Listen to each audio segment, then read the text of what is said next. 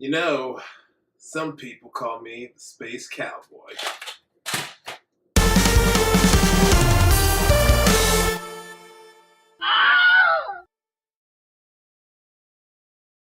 Greetings, everybody.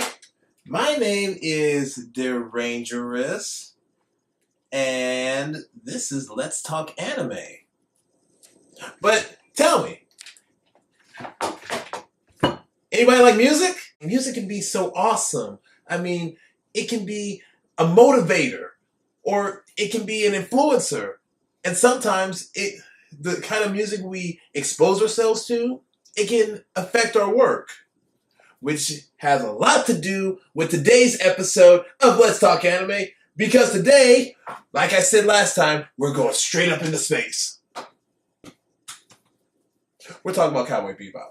To understand Cowboy Bebop, we have to look at who created it. But for this series, we have to give credit to three specific people. The first being Keiko Nobumoto. She is a screenwriter and basically, the main writer for Cowboy Bebop. Her work can be seen in not just Cowboy Bebop, but also Wolf's Rain. The second person you gotta understand is the director, Shinichiro Watanabe. Watanabe is, oh my god, the man is just so freaking awesome. He has this unique ability to blend music with anime. You know, it's kind of funny. Cowboy Bebop is a futuristic anime that is heavily inspired by the 60s/70s and Western music of that era. Ironically, years later, he would do the same thing again, but with hip-hop influencing an anime that takes place in feudal Japan. Last but not least, you've got the musical composer of Cowboy Bebop, the one, the only, the great Yoko Kanno. You see, fun fact about her, growing up, she listened to a lot of classical music, but a lot changed when she watched her friend play the drums, and that just changed everything. I guess you know what they say, music makes you lose control. So then, I guess at this point we should, talk about the plot of Cowboy Bebop. Cowboy Bebop takes place in the 2070s. During this time, the moon blew up because of an accident. And as a result, you've got many people leaving Earth to colonize other parts of the solar system. And as a result, only crazy people live on Earth.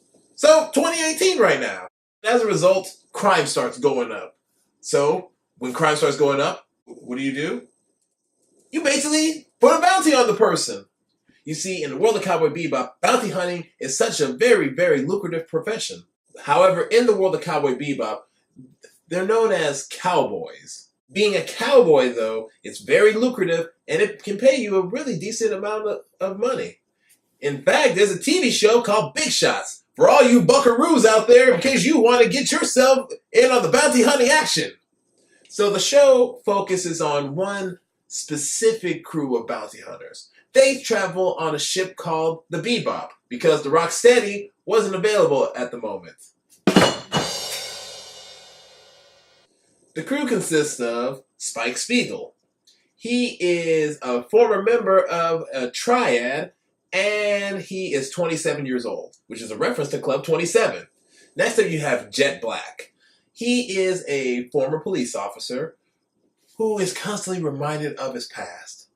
Plus, he's also a guy you can just sit down and have a cigarette with and, trim some bonsai trees. Our next member, you have Faye Valentine. Faye is, what's the best way for me to describe her? She's very beautiful. She likes nice things. She tends to bet money in attempts to get rich. And she has a shit ton of debt. So yeah, she's a millennial. Next up, you've got the local hacker of the Bebop crew, Edward Wong Hao Pepelu Tervuski IV, also known as Radical Edward, or Francois Appledelli. Yeah, there's a unique story behind that. All you gotta know is that, one, when they were designing Edward, they based Edward off of Yoko Kanno. But another thing is, Edward was originally meant to be a boy, but then they said, you know what? We got too many, guys on the crew. Let's make Ed a girl so that way we can balance out everything. And that's the story of Radical Edward. And last but not the least, you have the one, the only, their own mascot, a dog named Ein, who's most likely smarter than you. And he also is responsible for the corgi craze. You know, fun fact about Ein, his name actually ends up inspiring another dog from a series called Ruby named Zwei. Because you get it? Eins, Zwei. So the episodes of Cowboy Bebop, well, they're not called episodes. They're more likely called sessions because, you know, music. Sometimes some of the episodes might have a certain genre of music in the title of it. Thus, it can be predominantly heard throughout the episode. Take one of my favorite episodes, Heavy Metal Queen, where there is so much relaxing heavy metal music being played in it. But at times, some of the session episode names will actually be referencing actual songs or albums and whatnot. For example, you've got the episode Toys in the Attic, which is a reference to Aerosmith. You've got another episode called Wild Horses, which is a reference to the Rolling Stones.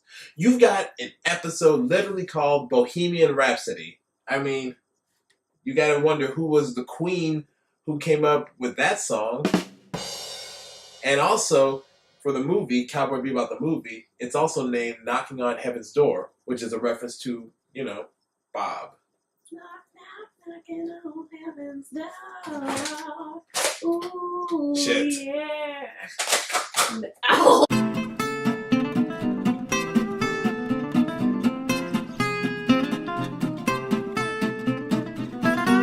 But besides the episodes and the cool musical references and influences, the episodes themselves are really awesome.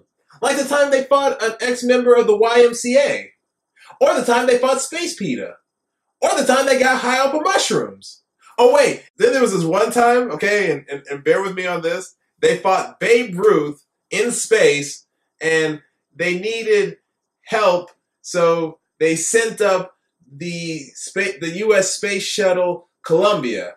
However, at the time, that was when those people died on the Columbia Space Shuttle, so to fix that, they ended up renaming it the Challenger, which also ironically got destroyed upon re-entry. So yeah. Although, in my personal opinion, I recommended they should have just used the Enterprise. You know, speaking of the Enterprise, in that same episode, they meet a mechanic named Doohan, who was named after James Doohan, who was the guy who played Montgomery Scott in Star Trek, aka the Chief Engineer Scotty. You know what? I'll just say it. Cowboy Bebop is one of the best anime out there. So yeah, that was Let's Talk Anime. If you like this video, like it, comment, subscribe. If you're watching this on YouTube, hit the bell icon so that way you can get more notifications from us. Until then, I'm Dangerous, and I'm about to go on a rage for this next episode. Until then, peace out.